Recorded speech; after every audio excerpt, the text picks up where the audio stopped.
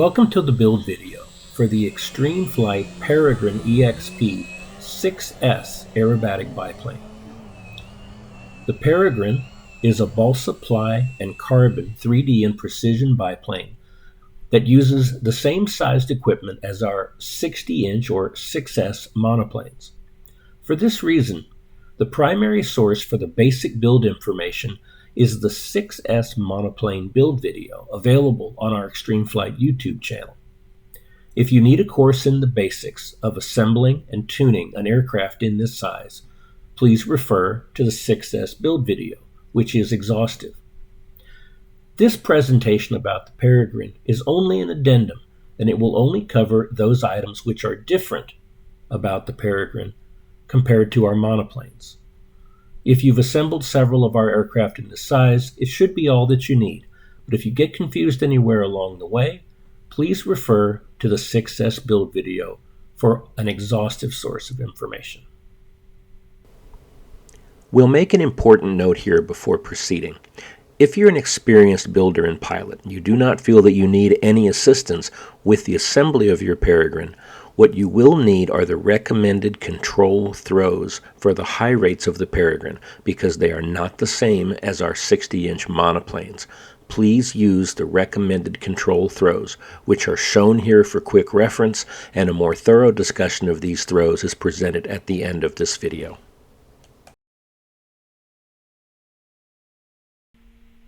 We'll begin the build with the center or cabane wing strut. The cabane strut for your Peregrine is made of carbon laminated wood, and it fits into this slot in the top of the fuselage. Begin by test fitting the cabane strut into the slot. Make sure that it pushes all the way down into the slot until this corner is even with the top of the fuselage as shown.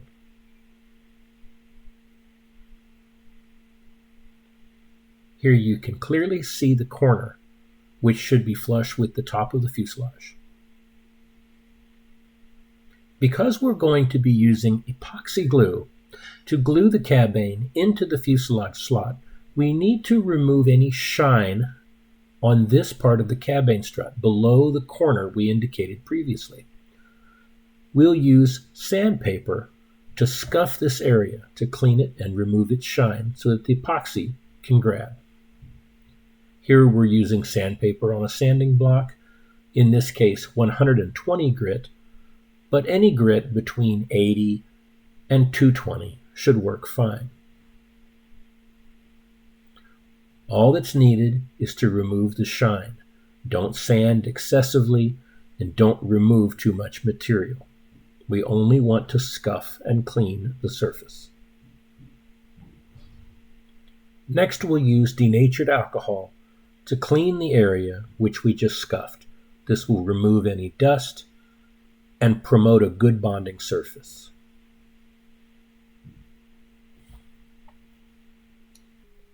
Next, we apply epoxy glue into the slot. We're using an epoxy gun, which is a very convenient, clean way to deliver epoxy into these small spaces on a model aircraft. In this case, we're using a premium 15-minute epoxy, which will give us plenty of time to make sure that the cabane is fully seated into its slot with no problems. If any epoxy should drip out as you push the cabane into its slot, use a little bit of denatured alcohol on a paper towel to clean up the area. Set it aside to cure. We'll now move on to the landing gear. Note that when installed properly, the landing gear sweeps forward. There is a front direction, and the landing gear sweeps forward to place the wheel slightly in front of the gear mount. The installation of the landing gear, axles, wheels, and wheel pants is the same for the Peregrine as it is for our other 6S powered aircraft. If you need a refresher course in installing landing gear components, please refer to the 6S build video. To the fuselage, what we want to make sure of when we install these pieces, we want to make sure there's plenty of gap so that you can easily install the lower wing without running into this piece. There's no problem with that. What we're going to do is we're going to take a piece of masking tape And we're going to place it on the landing gear a millimeter or two below the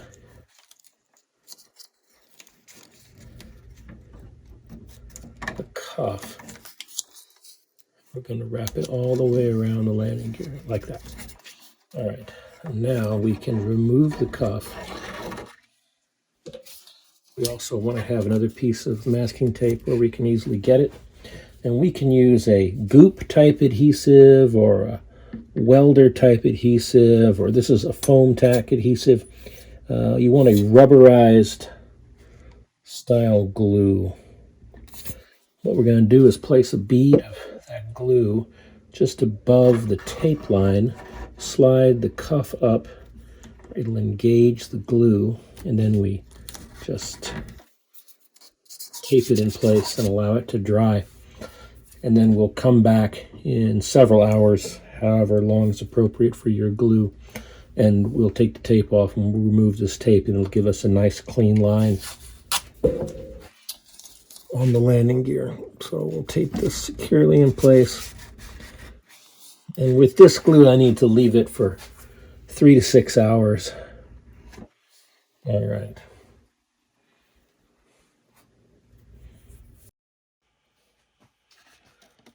So in the Peregrine kit, you have these trim pieces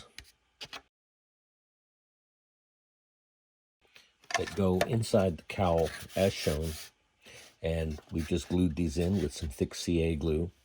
And we'll do the same with these cooling baffles, which direct airflow to the electric motor here. So they're handed, different on the right than the left. We'll just glue them in. And we use a little bit of thick CA for that as well. We'll move now to the installation of the motor and speed control on your Peregrine. A few notes before we begin. The Peregrine was designed specifically around the X-Power 22cc motor. It's the correct size, the correct weight, the correct length, and the correct mounting pattern to fit the Peregrine. We highly recommend the use of the X-Power 22 motor. If you must use a different type of motor, be very, very certain that it is the correct size, because different motor manufacturers use different conventions for weighing their brushless motors. And it's important that you don't end up with an overly nose-heavy or tail-heavy airplane that will be difficult to tune. We'd like you to have the best possible experience with your Peregrine kit, and having a motor of the correct size is an important part of this. The X-Power 22cc motor weighs 335 grams with its X-mount and prop adapter installed. If you're comparing other motors and trying to find the correct one, make sure you get an accurate weight with all of the accessories installed, and try to keep it in the range of 320 to 350 grams. For the ESC, note that the Peregrine has 2 additional servos more than a monoplane in this size range. For this reason, it's imperative that you choose an ESC with an onboard heavy-duty switching BEC, or that you add a heavy-duty switching BEC to your ESC setup. Consult the manufacturer's specifications of the ESCs that you're looking at and make sure they have a heavy-duty switching BEC, or find a separate off-board heavy-duty switching BEC, such as the Castle Creations 10-amp BEC, and install it to make sure you have enough power to feed all of the servos on the Peregrine. Here we have the X-Power 22 motor installed. For a detailed explanation of how to assemble and mount the motor onto your airplane, refer again to the 6S build video. For the Peregrine, a few notes. The bottom cowl fastenings are these composite hooks here. These engage slots at the bottom of the F1 former. And the top cowl hold downs are screws through these holes. So we install the cowl by slipping the composite hooks into the slots in the former and then pushing down, and that engages the cowl.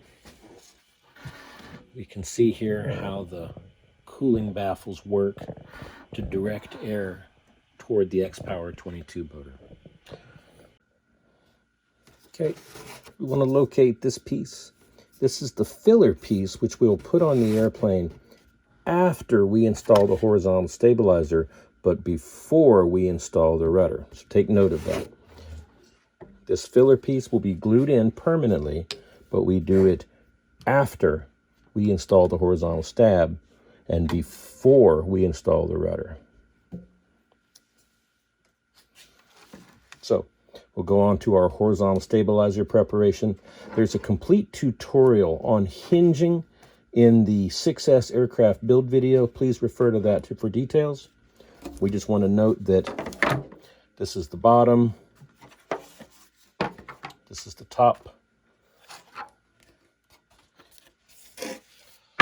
On the bottom, we have the slot for the elevator control horn here on the left side. So the elevator will install into the fuselage like this. We'll zoom out for this. And so we want to double check this. We want to make sure that we have good installation. It should be tight, but there shouldn't be any problem fitting it. Make sure it pushes all the way in. Okay. Okay, we want to look at it.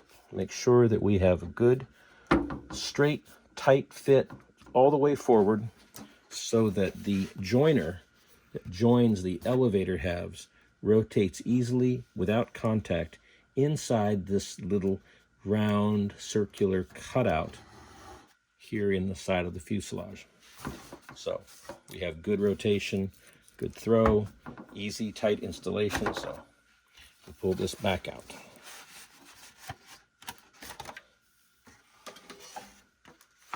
All right, so now we'll hinge the elevator onto the horizontal stabilizer, because as it's shipped to you, the hinges are installed, but they're not glued yet, right? So we need to go through the procedure of hinging, and again, refer to the 6S build video for a complete tutorial on that.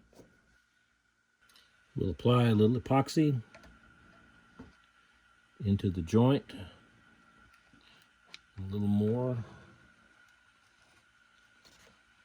onto the top surface of the horizontal stab. Slide this into place.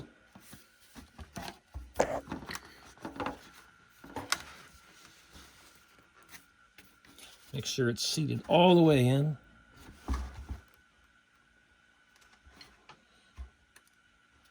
Okay. Check to make sure no epoxy has come out of the joint. If it does, we need to clean it up immediately with our alcohol-soaked rag. Okay, now I'm going to leave this aside to cure. All right, so once the horizontal stabilizer is cured, a little bit of epoxy glue on both sides of this spacer piece. And insert it into the back of the fuselage. Need to clean up any epoxy on the surface with our alcohol-soaked rag. And we make sure that our alignment is perfect. And then we can put a piece of masking tape there to hold it in position while it cures. Okay, so these are the interplane strut connectors. So the interplane struts connect the upper and lower wings, the upper and lower wing planes. They go in between them, so interplane strut.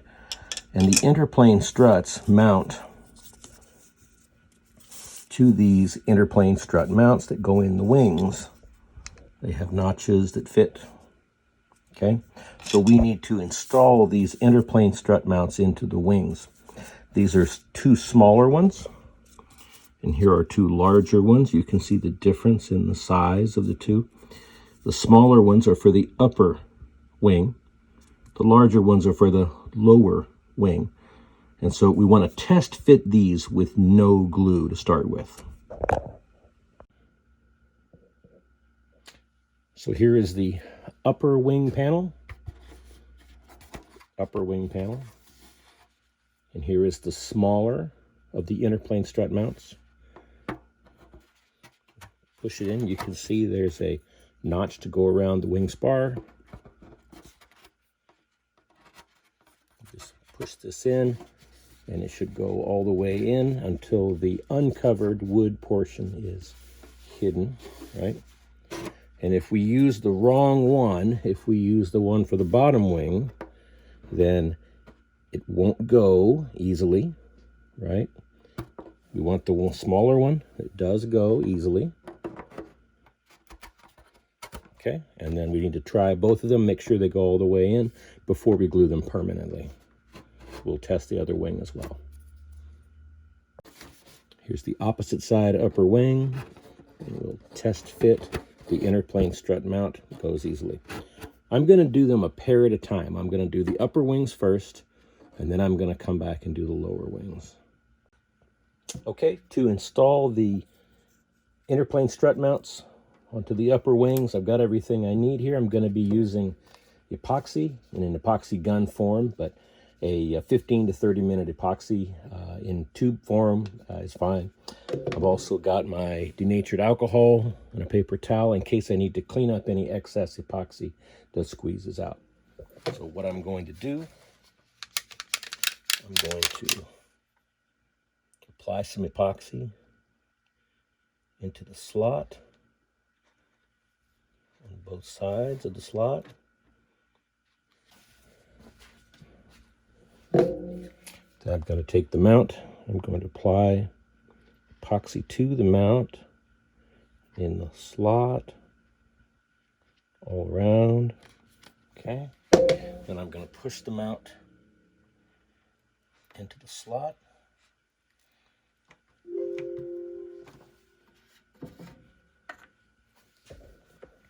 Have a little bit to clean up. Use a little bit of denatured alcohol on a rag. And it works really well.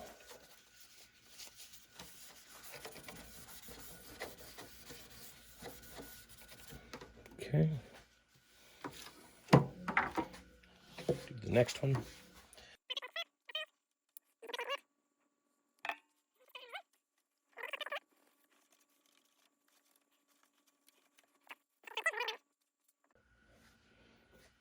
Okay, we have our bottom wings, the larger interplane mounts. Test fit them, make sure they go all the way in. Okay, if they don't go all the way in, you might need to pick some sawdust or shavings or something out of these slots. But these work well. Start by adding epoxy.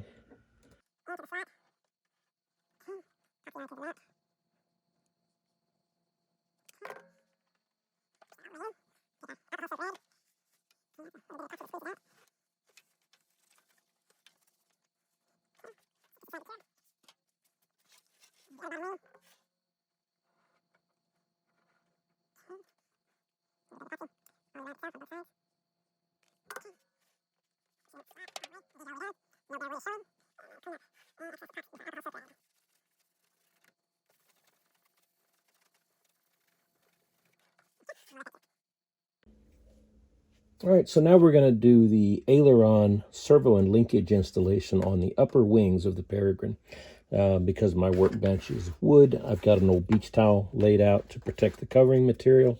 What we're going to do is we're going to find the 4 identical Aileron horns in the kit. And the first step is to prepare them. This area of the horn will go into the surface, and we want to rough that up so that it will accept glue before we proceed. So what we're going to do is just take a sanding block or an emery board, and we're going to take our control horn and we're going to just rub it against the sandpaper like that. We recommend epoxy glue for this job. You can use a 15 or 30 minute epoxy. I'm using this particular Loctite product, which is fantastic, in my mixing gun which is very convenient. I'm going to get epoxy on the horn and in the slot.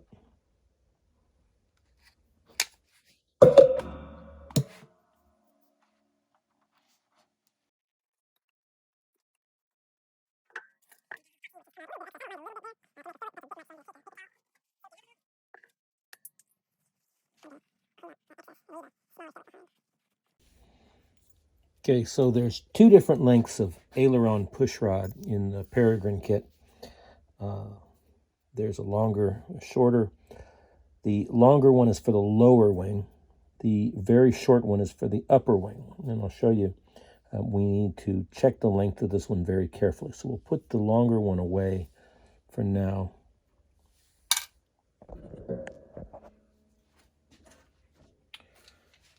Handy tip for inserting push rods into ball links. Chuck the push rod into a drill. Use the drill to pin the ball link on.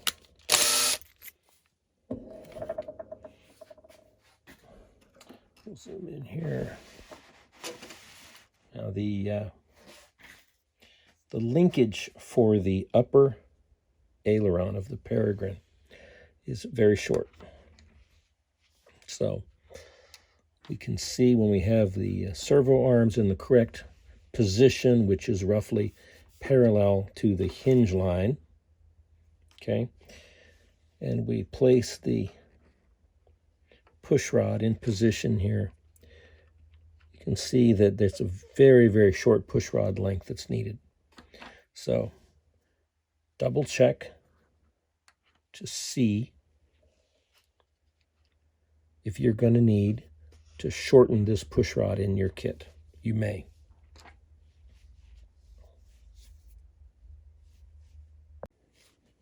So to shorten a push rod, what we do is we first take a wire cutters and we clip the push rod.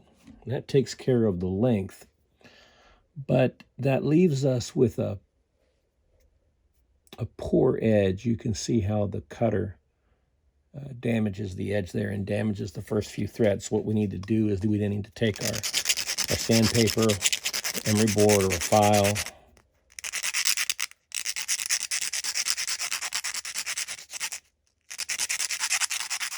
and we need to taper that to a point. Then we'll be able to screw it on to the ball link easily.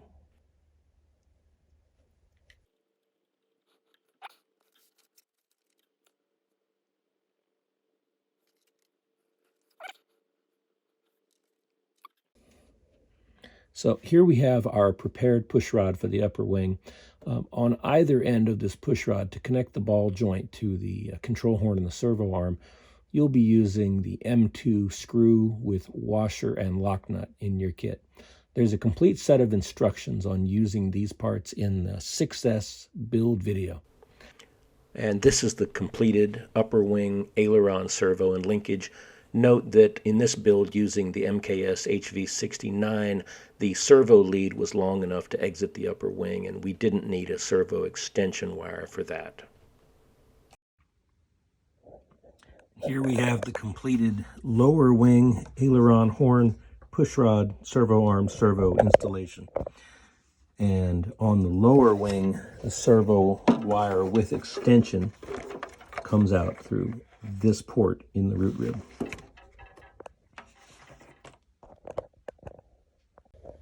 So here we have the rudder servo linkage for the Peregrine. It's precisely like our other 60-inch airplanes. We're using an 18-inch servo extension on this high-tech servo, the Extreme Flight 1¼ inch arm in the outermost position. Very simple, very much like our monoplanes in this size class. Note, later in flight testing, as we arrived at our final throws, we were able to move the rudder servo arm rudder push rod attachment point in one hole on the arm as shown. And here's the elevator servo arm linkage for the Peregrine. Again, it's just like our other 60-inch 6S series aircraft. If you want a complete detailed explanation of hooking this up, go to the 6S aircraft build video. To run the upper wing aileron servos, the Peregrine uses two 12-inch aileron servo extension wires, which exit the upper fuselage next to the cabane strut as shown. The remaining assembly steps for your Peregrine are identical to the 60-inch 6S monoplanes, such as installing the tail wheel and installing the prop and spinner. Over the course of many testing flights, we used a variety of wood 16x7 electric props on the Peregrine. They perform really well. However, our favorite is the Falcon 16x8 carbon electric. If you can get one, it feels really good. We'll move on now to field assembly and control setup. Note that the Peregrine uses two identical length carbon wing tubes, which install in this upper and this lower port. The installation of the lower wings on the Peregrine is the same as any of our 60-inch monoplanes with the quick latch wing system. The upper wing, however, is different, and we'll spend a bit of time on that. First, install your wing tube through the cabane strut as shown. Next, slide on the left upper wing half to get full engagement of the carbon anti-rotation pins into the cabane strut. Now install the left interplane strut. The strut is retained with these metal pins top and bottom as shown. Now install the right upper wing panel, pausing to open the latch before fully seating it. Slide the wing panel the rest of the way on, and then close the latch to lock the wing panel in place. Connect the aileron wires and use a servo plug lock. We measure the center of gravity on our Peregrine on the bottom surface of the upper wing. For your first flights, the range for the center of gravity is 120 millimeters measured back from the leading edge to 135 millimeters measured back from the leading edge. Support the Peregrine with your fingertips on the bottom side of the upper wing as shown to check the CG. Once you have some flights on your Peregrine, experiment with different CG settings. Find the one that is most comfortable for you. The picture shown on the screen is where I typically fly my 6S 4000 milliamp packs for best 3D performance. To complete the setup of the Peregrine, we'll now set the control throws, and we need to make an important note before we begin. The control throws of the Peregrine are critical, more so than a monoplane. It's important in both high and low rates that you accurately measure the throw of all four ailerons and ensure that it's identical. Further, in high rates, the throws of the ailerons and the rudder are critical. If you're not used to using a throw meter, now is the time to get one and familiarize yourself with it. You'll need to be able to get the throws of all four ailerons within 1 degree of each other, and you'll need to be able to accurately measure the throws of all of your controls in high rates within 1 degree. The recommended range for low-rate control throws on the Peregrine is 10 to 15 degrees on each surface. After you have some flights on your Peregrine, you can tweak this value within the range to suit your particular preference. However, the critical thing when making your low-rate setup is that all four of your ailerons should have the same throw, both up and down, and all four should match within 1 degree.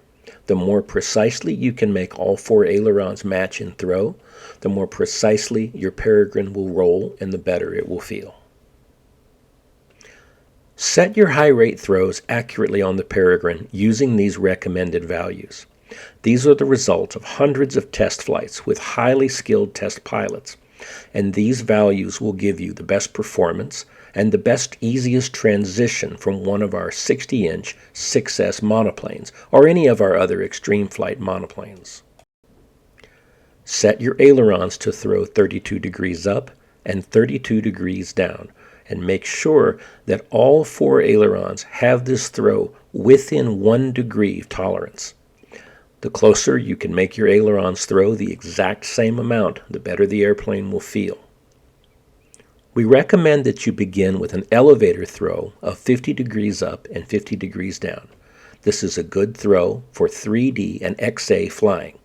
After you have some flights on your Peregrine, you can tune this value to your personal preference. It's very important to accurately set the rudder high rate throw of the Peregrine to 32 degrees left and right. The rudder on the Peregrine is extremely effective, and any more throw than this will cause you to over-rudder the aircraft in a variety of maneuvers, and you'll lose performance. To have the best transition from monoplane and the highest performance with your Peregrine setup, it's recommended to use no more than 32 degrees of rudder throw. Measure this accurately and the airplane will feel great. Lastly, we recommend that you use at least 50% expo on all control surfaces for your maiden flight. If you're used to using more than 50% expo, you should use the expo that you regularly use. That completes the build and setup of the Peregrine. We hope your Peregrine brings you many happy flights, and we look forward to seeing you at the flying field. Thanks from everyone at Extreme Flight RC.